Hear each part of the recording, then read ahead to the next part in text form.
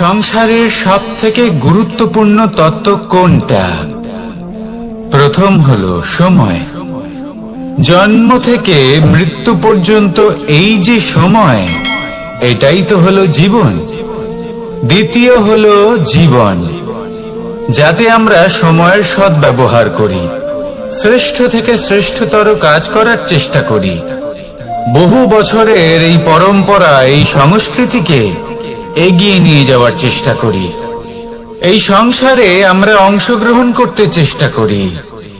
তৃতীয় হলো ধন, সেই ধন যা প্রত্যেক ব্যক্তি অর্জন করতে চেষ্টা করেন।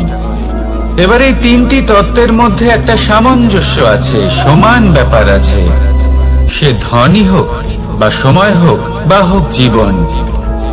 আর সেই সমান ব্যাপার হলো যে যদি আপনি এটা গণনা করতে থাকেন তাহলে তা কমতে থাকে, যদি আপনি এটা ব্যবহার করেন তাহলে তা বাড়তে থাকে। একে সংগঠিত করে রাখতে চেষ্টা করলে এ হাত থেকে ফসকে যায়, কিন্তু যদি আপনি একে সামলে রাখতে শিখে যান তাহলে এমন কাজ করবেন যাতে সংসারের সাথে সাথে পরবর্তী প্রজন্ম লাভবান হবে। যদি কিছু শিখতে চান তাহলে সামলাতে শিখুন, গণনা করা বা সংগঠিত করা নয়। আসুন আর আমার সাথে ভালোবেসে বলুন, রাধা রাধা। এই জীবনে আমাদের দুজন সঙ্গী, এক হলো অন্ধকার আর এক হলো প্রকাশ। এবার যখন এই অন্ধকারে আমরা প্রদীপ জ্বালাই, সেই প্রকাশের জন্য অন্ধকার আমাদের উপর রুষ্ট হয়ে চলে যায়। এবার যদি অন্ধকারকে খুশি করতে যাও তাহলে প্রকাশ আমাদের উপর রুষ্ট হয়ে চলে যায়। এ হলো ঠিক সেই পরিস্থিতি যে আমাদের দুই বন্ধু, তাদের মধ্যে সদ্ভাব নেই। যদি কোনো একজনের মান ভাঙাতে বা খুশি করতে যাও তাহলে দ্বিতীয় জন অবশ্যই রুষ্ট হয়। সেই অবস্থায় আপনাকে বোঝদারের মতো কাজ করতে হবে যে কখন কাকে সমর্থন করতে হবে, কখন কার সাথে চলতে হবে। যদি পারেন তাহলে সকলকে একসাথে নিয়ে চলবেন। যদি কোনো মানুষের মধ্যে বনিবনা না হয় তাহলে তাদের মধ্যে সামঞ্জস্য বজায় রেখে সংসারের রীতিনীতির চক্র চালিত করা, এটাই তো হলো মনুষ্য জীবন। এবার এটা কিভাবে করা সম্ভব? শুধুমাত্র প্রেমের দ্বারা। তাহলে এইভাবেই সবাইকে প্রেমের দ্বারা বেঁধে রাখুন আর আমার সাথে ভালোবেসে বলুন, রাধা রাধা।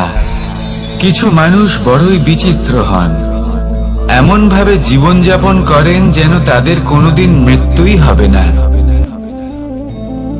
নিজেদের অহংকারের বশে একটা কথা ভুলে যান যে যতই তারা নিঃশ্বাস নিচ্ছেন, যতই তারা জীবনযাপন করছেন, ততই তারা মৃত্যুর দিকে এগিয়ে চলেছেন। কারণ আমাদের এই জীবন তার নিঃশ্বাসের উপর নির্ভরশীল। নিঃশ্বাস চলছে মানে জীবন চলছে। নিঃশ্বাস যদি থেমে যায় তাহলে জীবনও থেমে যাবে। আমাদের জীবনের প্রদীপ যে কোনো মুহূর্তে নিভে যেতে পারে, আর কত সময় বাকি রয়েছে সেই বিষয়ে আমাদের কোনো ধারণাই নেই। তাই যে মুহূর্ত আমরা এখন যাপন করছি সেটার সদ্ব্যবহার করে নেওয়া যাক, কোনো শুভ কর্ম করে নেওয়া যাক, এমন কোনো কর্ম যার দ্বারা আমাদের ব্যক্তিত্বতে এমন এক চমক আসে যে আমাদের মৃত্যুর পরেও এই সংসার আমাদের চিরস্মরণীয় করে। কারণ একটা কথা ঠিক, মৃত্যু হলো একটা অটল সত্য, তাকে মেনে নিতেই হবে, স্মরণীয় করে রাখতেই হবে। যে সময় আছে তার সদ্ব্যবহার করুন আর আমার সাথে ভালোবেসে বলুন, রাধা রাধা। এই সংসারের সব থেকে বড় সুখ কি? কেউ বলবেন নিজের লক্ষ্য প্রাপ্ত করা, কেউ বলবেন ধন উপার্জন করা, কেউ বলবেন নিদ্রাই সব থেকে বড় সুখ, কেউ বলবেন রাজ্য লাভ করা, আবার কেউ বলবেন মাতার হাত থেকে খাবার খাওয়া, আদি ইত্যাদি। কিন্তু যদি সত্যি কথা বলি, এই সংসারের সব থেকে বড় সুখ হলো সেবা করা।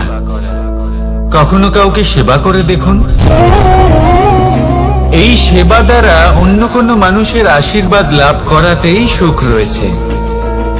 আপনার সেবা ভাব দ্বারা যখন কোনো মানুষ নিজের অন্তরাত্মা থেকে আপনাকে আশীর্বাদ করে, তার থেকে বড় সুখ আর কিছুই নেই। কারণ প্রত্যেক মানুষের মধ্যে ঈশ্বর বাস করেন। নরের সেবাই হলো নারায়ণের সেবা। নিষ্কাম সেবা করাই হলো সব থেকে বড় সুখ। তাই নিজের অন্তরে সেবার এই ভাব জাগ্রত করুন। যে সুখের কথা আমি বলছি, সেই সুখ অনুভব করেই দেখুন। এই মন সুপ্রসন্ন হয়ে বলবে, রাধা রাধা। মানুষের এই জীবন, মানুষ জন্ম নেয়, একটা নির্দিষ্ট সময়ের পরে এই সংসার ত্যাগ করে চলেও যায়। এবার শুধু এটাই আবশ্যক নয় যে এই জীবনকালকে আপনি যাপন করবেন, শুধু এটাই গুরুত্বপূর্ণ নয়। আবশ্যক এবং গুরুত্বপূর্ণ হলো এটা যে এই জীবনকালে আপনি এমন কিছু করেন যাতে এই সংসারের মঙ্গল হয়, যাতে এই সংসার আপনাকে মনে রাখে, আপনার থেকে প্রেরিত হয়, আপনার মতো হতে চায়। প্রত্যেক বছর আপনার জন্মতিথির অপেক্ষা করে, এমন ভাবে আপনার জন্মদিন পালন করে যাতে সেটা মহোৎসবের আকার ধারণ করে। এবার এই জন্মদিন এমনি এমনি মহোৎসবে পরিণত হয় না। তখন হয় না যখন কোনো ব্যক্তি রাজার রূপে বা কোনো গোয়ালার রূপে জন্মগ্রহণ করে। তখন পরিণত হয় যখন একজন মানুষ জন্মগ্রহণের পরে এই সংসারকে কোনো শিক্ষা দিয়ে যান। কিভাবে একজন মানুষ গোয়ালা থেকে রাজা হতে পারে, কিভাবে একজন মানুষ অসত্য থেকে সত্যের পথে চলতে শুরু করেন, অধর্ম থেকে ধর্মের পথে চালিত হতে পারেন, কিভাবে অন্ধকার থেকে প্রকাশের দিকে যেতে পারেন, কিভাবে নিজের আত্মাকে পরমাত্মার সাথে মিলিত করতে পারেন। তা সে রামনবমী হোক বা জন্মাষ্টমী হোক, তাদের জীবনের সাথে জড়িত প্রত্যেক মুহূর্ত একটা পরবের আকার ধারণ করে। তাহলে আপনিও এইভাবে নিজের জীবন যাপন করতে থাকুন। এই সংসারে শুধু ভালোবাসা বিতরণ করুন, কিছুটা এমন ভাবে বিতরণ করুন যাতে আপনি এই সংসার থেকে চলে যাওয়ার পরেও এই সংসারে আপনি শুধুই ভালোবাসা বিতরণ করতে পারেন। যদি আপনি এরকম করেন, সংসারকে প্রেরণা দেন, তাহলে আপনার জীবনও রাধা কৃষ্ণের প্রেমের মতোই অলৌকিক এবং দৈব হয়ে উঠবে। আসুন আর আমার সাথে ভালোবেসে বলুন, রাধা রাধা। আপনি এটা শুনে থাকবেন যে ছোট্ট একটা বালক, সে ঈশ্বরের প্রতিরূপ হয়। কিন্তু এমন কেন বলা হয় তা কি আপনি কখনো ভেবে দেখেছেন? আমি আপনাকে বলছি। কোন একটা ছোট্ট বালককে দেখুন, সে কি করে? সকলকে সমান চোখে দেখে। ওর মনে না কোনো ছলনা রয়েছে, না কোনো কপটতা, না অহংকার রয়েছে, আর না কোনো বিষয় নিয়ে কোনো চিন্তা। সকলকে সে সমান চোখে দেখে আর নিজের মধ্যেই প্রসন্ন থাকে, সকল বিকার থেকে মুক্ত।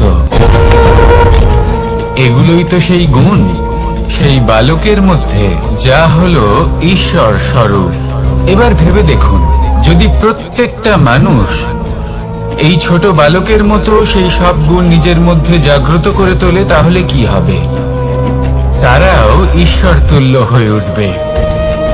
তাই আপনিও এটাই করুন, নিজের মনকে বিকার মুক্ত করুন সেই ছোট্ট বালকের মতো। মনের মধ্যে না কোনো চিন্তা রাখবেন, না মোহ, না ক্রোধ, না কোনো রকমের ছলনা বা কপটতা। সবাইকে সমান চোখে দেখুন আর নিজের মনেই প্রসন্ন থাকতে শিখুন। এই মন প্রেমময় হয়ে বলবে, রাধা রাধা। মানুষের জীবন বড়ই বিচিত্র হয়। যেই মুহূর্তে জন্ম নেয় একটা প্রতিস্পর্ধায় প্রবেশ করতে থাকে। মানুষ জন্ম নেয় আর প্রতিস্পর্ধা শুরু হয়ে যায় ভাই এবং বোনের মধ্যে সর্বশ্রেষ্ঠ হবার, সবার থেকে এগিয়ে থাকার। তারপরে সে যায় গুরুকুলে। নিজের বন্ধুদের মধ্যে সর্বশ্রেষ্ঠ হওয়ার প্রতিস্পর্ধা শুরু হয়।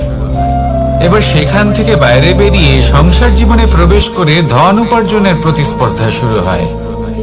তা সে যুদ্ধই হোক বা কলা হোক, এই প্রতিস্পর্ধা কখনোই আমাদের পিছু ছাড়ে না। তাই যদি প্রতিস্পর্ধা করতেই হয়, তাহলে আমরা মানুষকে সাহায্য করার প্রতিস্পর্ধা কেন করব না? এমন এক প্রতিস্পর্ধা যাতে যে কেউ জিতুক বা যে কেউ হারুক না কেন, লাভ সকলের হবে। সকলের মধ্যে প্রেম বিতরণ করতে থাকুন, এইভাবেই আনন্দ বিতরণ করতে থাকুন, আর আমার সাথে ভালোবেসে বলুন রাধা রাধা। দু রকমের প্রাকৃতিক বেগ থাকে। প্রথম হলো বর্ষা। যখন এর বর্ষণ হয় তখন মাটিকে শীতল করে নতুন ফসল ফলায়।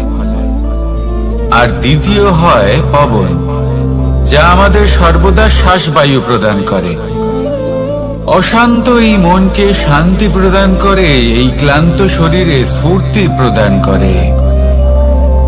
আমাদের জীবনে যত আবেগ আছে তা হয় বর্ষার মতো হওয়া উচিত, নয় হওয়া উচিত পবনের মতো। ক্রোধ, মতভেদ, বিবাদ, এগুলো হওয়া উচিত বর্ষার মতো। অর্থাৎ কিছু সময় পরে যেন এরা নিজে থেকেই ছিন্ন ভিন্ন হয়ে চলে যায়। আর যদি পবনের মতো কোনো আবেগ থাকা উচিত, তা হলো প্রেম, যা সর্বদা শ্বাসবায়ু প্রদান করে, সবসময় সাথে থাকে। একে আমরা অনুভব করতে পারি না, কিন্তু এ আমাদের অনুভব করার জন্য প্রাণবায়ু প্রদান করে।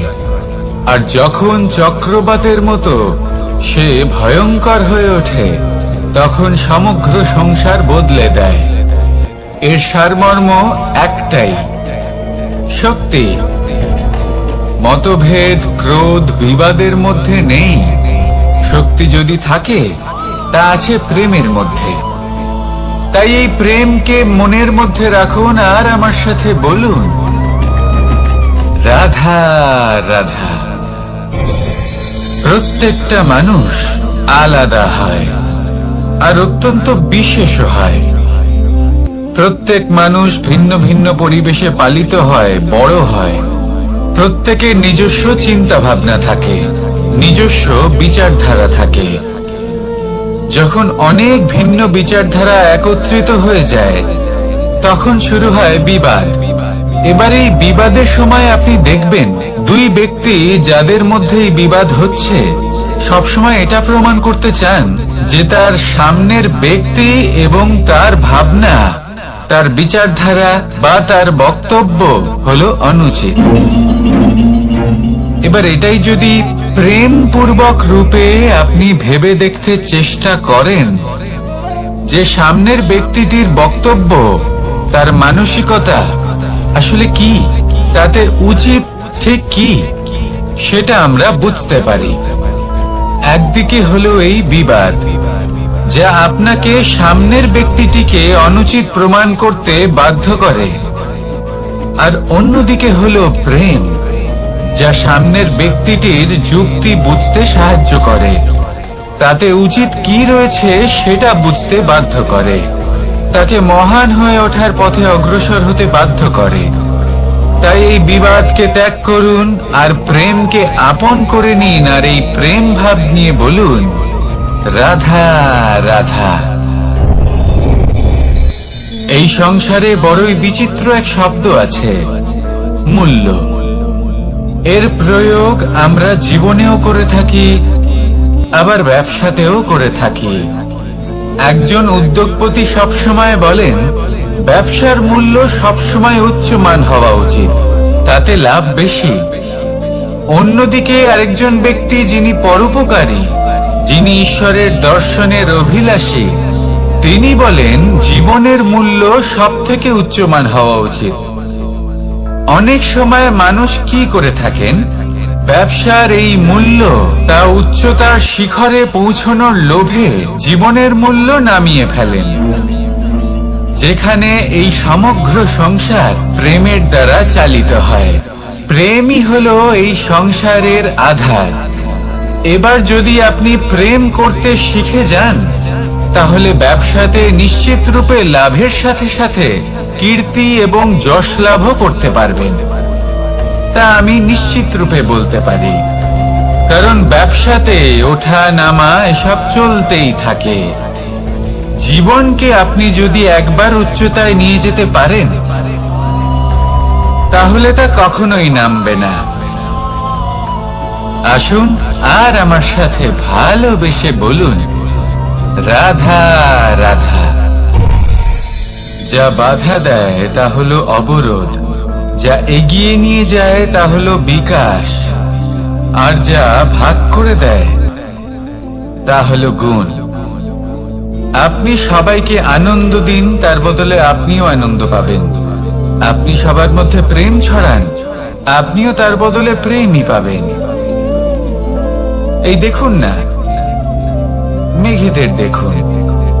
এই যে মেঘ, এই মেঘের গুণ এইটা নয় যে এরা জল সংগ্রহ করে রাখে। এদের গুণ হলো এটাই যে এই মেঘ সকলের মধ্যে জল ভাগ করে দেয়। ধরিত্রীর এবং জগতের তৃষ্ণা নিবারণ হয়। সূর্য, সূর্যের গুণ এইটা নয় যে সে সব থেকে বেশি তেজস্বী। তার গুণ হলো এটাই যে সে নিজের তেজ সবার মধ্যে ভাগ করে দিতে পারে। ঠিক সেইভাবেই জীবনে আনন্দ, উল্লাস, প্রেম এই সব কিছুই ভাগ করে নিতে শিখুন। এটাই হলো একটা গুণ, আর তার বদলে আপনি দ্বিগুণ আনন্দ, দ্বিগুণ উল্লাস, দ্বিগুণ প্রেম অবশ্যই পাবেন। যদি আপনি এই সবকিছু নিজের কাছেই জমিয়ে রাখেন, তাহলে আপনি নিজের বিকাশে নিজেই বাধা দেবেন।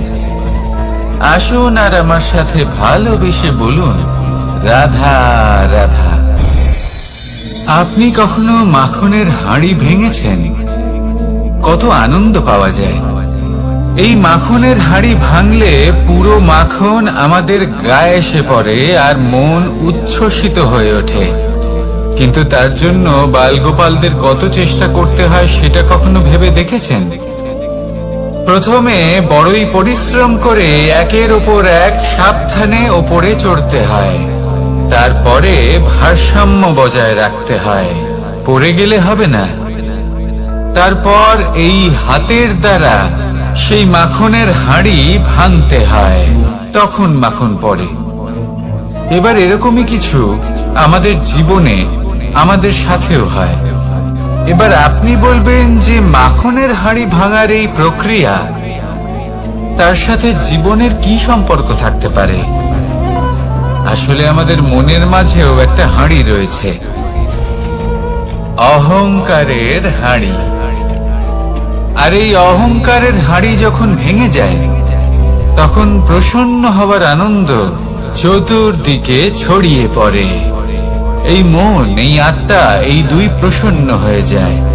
কিন্তু তার জন্য আপনাদেরকেও বালগোপালের মতো চেষ্টা করে যেতেই হবে, ভারসাম্য বজায় রাখতেই হবে মনের মাঝে এবং এই বুদ্ধিতে, ভালো এবং মন্দের মধ্যে, লোভ এবং পরমার্থের মধ্যে। আর তারপর নিজে হাতে অহংকারের এই হাঁড়ি ভেঙে দিতে হয়। দেখুন, যদি ঈশ্বরের সঙ্গ লাভ করতে চান, তাহলে অহংকারের এই হাঁড়ি ভাঙতেই হবে। আসুন আর আমার সাথে ভালোবেসে বলুন, রাধা রাধা। মুঠো হাতের শক্তি বেশি, মুঠো খুললেই তা দুর্বল। তা এমন কি থাকা উচিত এই বন্ধ মুঠোয় যা লাখের সমান? মানসিকতা এবং স্বপ্ন। মানুষ জন্মগ্রহণ করে, তার মানসিকতা সময়ের সাথে উন্নত হয়। মানসিকতা অনুযায়ী সে স্বপ্ন দেখে, আর সেই স্বপ্ন সার্থক করতে সে পরিশ্রম করতে থাকে। কিন্তু খুব গুরুত্বপূর্ণ একটা কথা আছে যা আপনার মনে রাখা উচিত। আপনার এই মানসিকতা, আপনার এই স্বপ্ন, তা যেন আপনার নিয়ন্ত্রণে থাকে। আপনার বন্ধ মুঠোয় যেন এর লাগাম থাকে, আপনি যেন এর প্রভু হন। যদি তা হয় তবেই আপনি লাভবান হবেন। যদি এরা আপনাকে নিয়ন্ত্রণ করতে থাকে, যদি আপনার মুঠো খুলে যায়, না পথ আপনার নিয়ন্ত্রণে থাকবে, না মানসিকতা থাকবে, না স্বপ্ন নিয়ন্ত্রণে থাকবে। আর যদি তাই হয় তাহলে আপনি আপনার ভবিষ্যৎ নষ্ট করে ফেলবেন। তাই নিয়ন্ত্রণ করতে শিখুন নিজের বিচার বুদ্ধি, নিজের মানসিকতা, নিজের স্বপ্নকে। নিজের এই স্বপ্ন পূরণ করুন আর আমার সাথে ভালোবেসে বলুন, রাধা রাধা। এই সংসারের সব থেকে কঠোর ধাতুর মধ্যে একটি হলো লোহা। লোহা দিয়ে আমরা অনেক অস্ত্র শস্ত্র লাভ করি, অনেক বস্তুও লাভ করি। এবার এই লোহাকে কাটার জন্য, একে কোনো আকার দেওয়ার জন্য কি প্রয়োগ করতে হয়? লোহা। এবার এই কথাটা আমরা সকলেই জানি যে লোহার দ্বারাই লোহাকে কাটতে হয়। এবার এই কথা আমি আপনাকে কেন বলছি? এরপরে খুব বড় একটা প্রশ্ন আসে, যা খুব বড় শিক্ষা দিয়ে যায়। এটা কেন হয় যে আমরা একটা লোহা দিয়ে একটা লোহাতে আঘাত করছি, কিন্তু যে লোহা দ্বারা আঘাত করছি তার আকার বদলাচ্ছে না, যার উপর প্রহার করছি তার আকার বদলাচ্ছে? এতে পার্থক্যটা কোথায়? পার্থক্য হলো তাপমাত্রার। দেখুন, যে লোহাকে আমরা কাটতে চাই তার তাপমাত্রা বাড়াতে হয়, তাকে গরম করতে হয়। আর যে লোহা দ্বারা আমরা আঘাত করতে চলেছি সেই লোহা আমাদের ঠান্ডা রাখতে হয়। অর্থাৎ ঠান্ডা লোহা গরম লোহাকে কেটে দেয়। এবার এই শিক্ষা কি আমাদের জীবনে যথেষ্ট নয়? আমাদের জীবনে অনেক সমস্যা আসতে পারে, কিন্তু আমাদের এই বিষয়ে বিশেষ খেয়াল রাখতে হবে যে আমাদের মনকে আমরা যেন ঠান্ডা রাখি, এই মস্তিষ্ককে শান্ত রাখতে হবে। যদি আমরা ক্রোধ বা ঈর্ষার আগুনে জ্বলতে থাকি, বিদ্বেষের আগুনে জ্বলতে থাকি, তাহলে আমরাও সেই লোহার মতোই হয়ে যাব যার তাপমাত্রা অত্যন্ত বেশি। তখন যে কেউ এসে আমাদের বিচ্ছিন্ন করে চলে যাবে। মনে রাখবেন, যিনি যত বেশি স্থির বুদ্ধির অধিকারী, যিনি হলেন সব থেকে বেশি শান্ত, তিনি হলেন সব থেকে বেশি বলশালী। তাহলে শান্ত থাকুন আর আমার সাথে ভালোবেসে বলুন, রাধা রাধা। এই সমগ্র সংসারের সব থেকে গুরুত্বপূর্ণ ব্যক্তি কে? স্বয়ং আপনি। নিজের জন্য তো বটেই, তাই না? কারণ যখন আপনি জন্মগ্রহণ করেন, নিজের চোখ খোলেন, এই সংসারে আসেন, তখনই তো এই সংসারকে আপনি দেখতে পান, অনুভব করতে পারেন। এখানকার আবেগ, এখানকার মানুষজন তখন থেকেই অনুভব করেন। যদি আপনি না থাকেন তাহলে এই সংসারের অস্তিত্ব আপনার কাছে শূন্যের সমান, তাই না? আপনি না থাকলে এই সংসারও আপনার কাছে নেই। এবার সবাই বলবেন যে এ তো সত্যি কথা, সেই অনুযায়ী তো আমার স্বার্থপর হওয়া উচিত, অহংকারী হওয়া উচিত, কারণ আমার কাছে আমি তো সবকিছু। দৃষ্টিভঙ্গি পাল্টে দেখুন, আপনার কাছে সব থেকে বেশি গুরুত্বপূর্ণ ব্যক্তি কে? আপনি নিজেই। সেই মানুষটি কেমন হওয়া উচিত একটু ভেবে দেখুন। সব সময় সকলকে সাহায্য করুন, একসাথে মিলে পরিশ্রম করুন, সাহায্য করুন অন্যদেরকে। এটা অতি আবশ্যক। এবং তার থেকেও বেশি গুরুত্বপূর্ণ হলো এটাই যে আপনার মনে যেন কখনো এই বিষয়ে ভয় না থাকে যে আমি আমার প্রিয়জনদের, আমার কাছের মানুষগুলিকে হারিয়ে ফেলব। এই ভয় কখনোই মনের মধ্যে থাকা উচিত নয়। যদি ভয় থাকে তাহলে থাকুক এই বিষয়ে যে সকল মানুষ আমার জীবন থেকে, আমার থেকে দূরে চলে যাচ্ছেন, তাদের বাধা দিতে দিতে আমি যেন নিজেকেই না হারিয়ে ফেলি। নিজের অস্তিত্বকেই না হারিয়ে ফেলি, নিজের ব্যক্তিত্বকে, নিজের বিচারধারাকে, নিজের করুণার শক্তি না হারাই, তাহলে এই ভয় ত্যাগ করুন আর আমার সাথে ভালোবেসে বলুন, রাধা রাধা। মানুষের দুটো রূপ রয়েছে, এক আমাদের এই মুখ যা শুধুই চোখে দেখা যায়, আর দ্বিতীয় আমাদের এই মন যা শুধুমাত্র অন্তরাত্মা দ্বারা দেখা যায়। এবার আমাদের এই মুখ তা ঈশ্বর সকলকেই আগে থেকেই প্রদান করেছেন, কিন্তু এই মন কেমন হবে তা আমাদের জীবনের অনুভূতি এবং আমাদের জীবনের লক্ষ্য এগুলি সুনিশ্চিত করে। অর্থাৎ নেত্র দিয়ে দেখা যায় আমাদের এই মুখ, তা শুধুই এই কারণে প্রয়োজন যাতে সংসার আমাদের দেখতে পায়, আমাদের চিনতে পারে। কিন্তু যদি এই সংসারে আপনি প্রকৃত অর্থে মান সম্মান লাভ করতে চান, তাহলে নিজের অন্তরাত্মাকে আপনাকে বিকশিত করতেই হবে। দেখুন, কথায় আছে এই যে অসুর, তা শারীরিকভাবে উপস্থিত নয়, তা মনের মধ্যে থাকে। যদি এই মন থেকে অসুরকে বের করে দেওয়া যায়, তাহলে শরীরে তা উপস্থিত থাকবেই না। তাই মনকে শুদ্ধ করুন আর আমার সাথে ভালোবেসে বলুন, রাধা রাধা। প্রয়াস, পরিশ্রম, এই শব্দগুলি শুনতে হয়তো ছোট মনে হয়, কিন্তু এর মূল্য অনেকটাই অধিক। এবার প্রয়াসও কিন্তু দুই ধরনের হয়। একটা প্রয়াস তাই যা আমরা নিজের মন থেকে, অন্তর থেকে সমগ্র শক্তি দিয়ে করার চেষ্টা করি। এবারে এই প্রয়াস প্রচেষ্টার নামান্তর। কিছু প্রয়াস এমন হয় যেমন দ্রুতক্রীড়া খেলা। মানুষ বলেন, আজ একটু প্রয়াস করি, একটু দ্রুতক্রীড়া খেলেই দেখি, যদি বিজয়ী হই তবে ভালো ব্যাপার, যদি না হই তবে আর কখনো খেলবো না। এটাও কিন্তু প্রয়াস, কিন্তু এই প্রয়াস পরিশ্রম নয়। পাণ্ডবদের দেখুন, ওনারা যখন পরিশ্রম করেছিলেন তখন খাণ্ডবপ্রস্থকেও ইন্দ্রপ্রস্থ বানিয়েছিলেন। দ্রুতক্রীড়া খেললেন, সেই মুহূর্তেই ইন্দ্রপ্রস্থ হারিয়ে ফেললেন। পরিশ্রম করলেন, সগৌরবের রাজা হলেন। দ্রুতক্রীড়া খেললেন, তখন এক মুহূর্তে রাজা থেকে নিঃস্ব হয়ে গেলেন।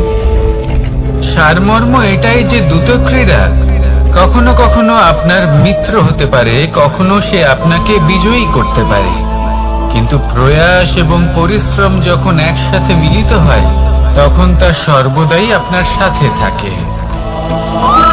প্রয়াস করতে থাকুন, পরিশ্রম করতে থাকুন, আর আমার সাথে ভালোবেসে বলুন, রাধা রাধা।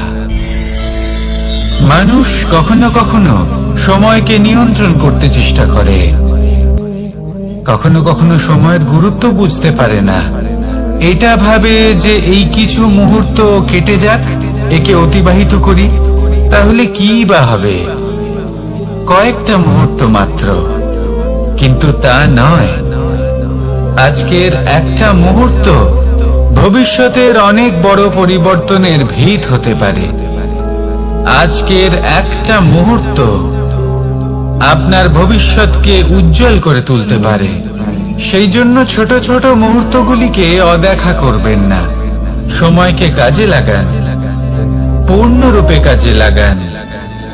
এবার যদি আপনি কাউকে সাহায্য করতে চান আর সেই কারণেই যদি থেমে থাকেন, তাহলে ঠিক আছে, কারণ আপনি কাউকে সাহায্য করে তার জীবনকে আরো ভালো করে তুলতে চাইছেন, আরো শ্রেষ্ঠ করতে চাইছেন। এই পুণ্য, এই কর্ম ফিরে আপনার কাছেই আসবে আর আপনার জীবনকে শুভ করে তুলবে। কিন্তু যদি আপনি আলস্যের কারণে থেমে থাকেন এবং কিছুই না করেন, সময় নষ্ট করেন, তাহলে কিন্তু একটাই ঘটনা ঘটবে, আপনার ভবিষ্যৎ বিপদগ্রস্ত হয়ে পড়বে, আর কিছুই নয়। সেই জন্য এটা বোঝা প্রয়োজন যে কখন থামতে হবে এবং কেন থামতে হবে। যদি আপনার থামার কারণ এবং সময় অনুচিত হয়ে থাকে, তাহলে আপনার ভবিষ্যৎ কখনোই উচিত হতে পারে না। সেই জন্য সময়কে সম্মান করুন আর পূর্ণ ব্যবহার করতে শিখুন। আর আমার সাথে ভালোবেসে বলুন, রাধা রাধা। জীবনে সবসময় সেটা হয় না যা আমরা চাই, তেমন ভাবে হয় না যেমন ভাবে আমরা চাই। এবার তাতে আমরা দুঃখ পাই, নিরাশ হয়ে পড়ি, ভাগ্যকে দোষ দিই অথবা অন্য কাউকে বা নিজেকে। কিন্তু সত্যটা কি সেটা আমাদের জানতে হবে। এই সংসার নির্মিত হয়েছে পাহাড় দ্বারা এবং পাথর দ্বারা, তাই প্রত্যেক স্থানে ছোট ছোট ছোট ছোট নুড়ি পাথর তো অবশ্যই থাকবে। এগুলো এড়িয়ে যাওয়া সম্ভব নয়, আর এই কথাটা আমরা সকলে জানি। এবার এইভাবেই আমাদের জীবনে নানান রকমের সমস্যা লেগেই থাকে। এর হাত থেকে কোনোভাবেই নিস্তার পাওয়া সম্ভব নয়। একটা সমস্যা এড়াতে যান, দ্বিতীয় চলে আসবে, দ্বিতীয় সমস্যা এড়াতে যান, তৃতীয় চলে আসবে। কিন্তু সমস্যা জীবনে থাকবেই, আর আপনাকে সাহায্য করার জন্যই থাকবে কোনো না কোনো রূপে। আপনার চারপাশে পাথর আছে, এটা আপনার উপর নির্ভরশীল আপনি কি করবেন, কোন পথে অগ্রসর হবেন এবং কিভাবে অগ্রসর হবেন। এবার দেখুন, এটা তো সবসময় সম্ভব নয় যে আপনার পদতলে ফুলের চাদর থাকবে, এটা তো অসম্ভব। সেই জন্য উচিত এটাই হবে যে আপনি পাদুকা পরিধান করে জীবনে অগ্রসর হন। এর সারমর্ম এটাই, যখনই জীবনে সমস্যা আসবে দৃঢ় হয়ে সম্মুখীন হন এবং এটা বোঝার চেষ্টা করুন যে এই সমস্যা জীবনে কেন এলো, কি শিক্ষা দিয়ে গেল। আপনার মধ্যে দোষ অবশ্যই থাকবে, তাকে গুণে পরিবর্তিত করুন। এই জীবন আরো বেশি সহজ সরল হবে এবং প্রসন্ন হয়ে বলবে, রাধা রাধা। অনেক মানুষ আমাকে এসে বলেন যে কানাই, তোমার কথাগুলি তো আর কি বা বলি, তোমার কথা কি থেকে কি করে ফেলতে পারে, অসম্ভবকে সম্ভব করে ফেলতে পারে। এত শক্তি তোমার কথাতেই রয়েছে, তো অন্য কিছু করার কোনো প্রয়োজনই কোথায়? এবার ওনারা এই কথাটা বুঝতে পারেন না যে জ্ঞান শুধুমাত্র শব্দের সমন্বয় মাত্র, কিন্তু এর অর্থ কি সেটা জানার জন্য অনুভব করা প্রয়োজনীয়, সেই পথে চলা প্রয়োজনীয়। এই অভিজ্ঞতাই আপনাকে অর্থ বুঝিয়ে দেবে। ঠিক যেমন তুমি কর্ম করতে থাকো, ফলের চিন্তা করো না, এটা শুধুই শব্দ।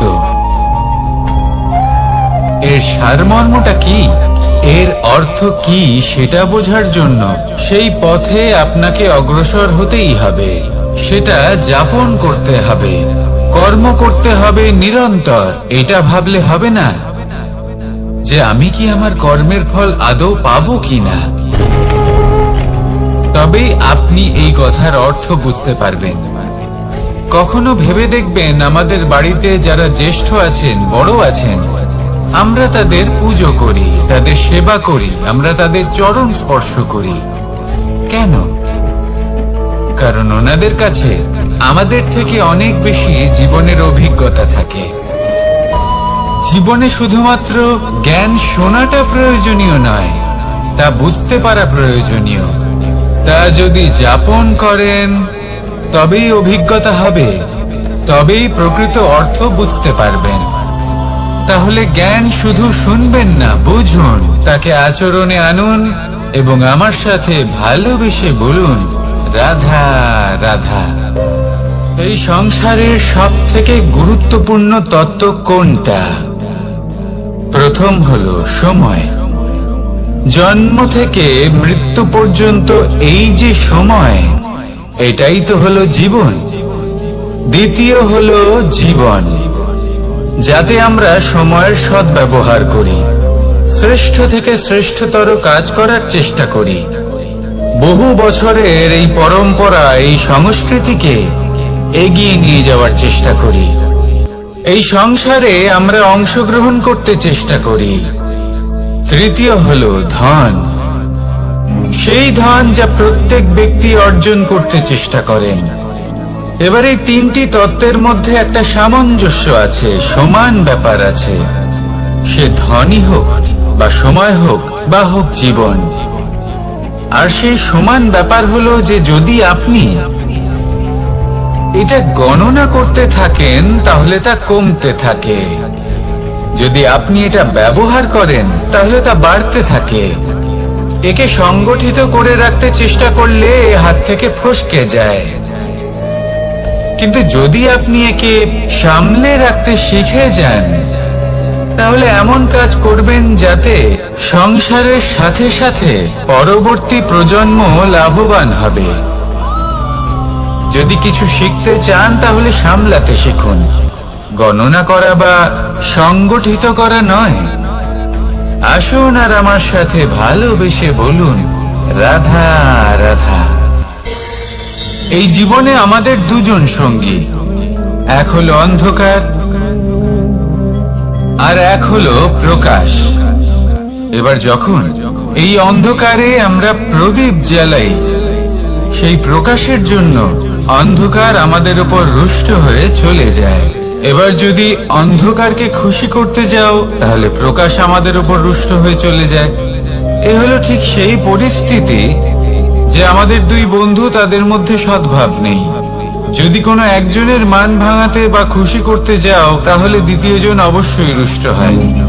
সেই অবস্থায় আপনাকে বোঝদারের মতো কাজ করতে হবে যে কখন কাকে সমর্থন করতে হবে, কখন কার সাথে চলতে হবে। যদি পারেন তাহলে সকলকে একসাথে নিয়ে চলবেন।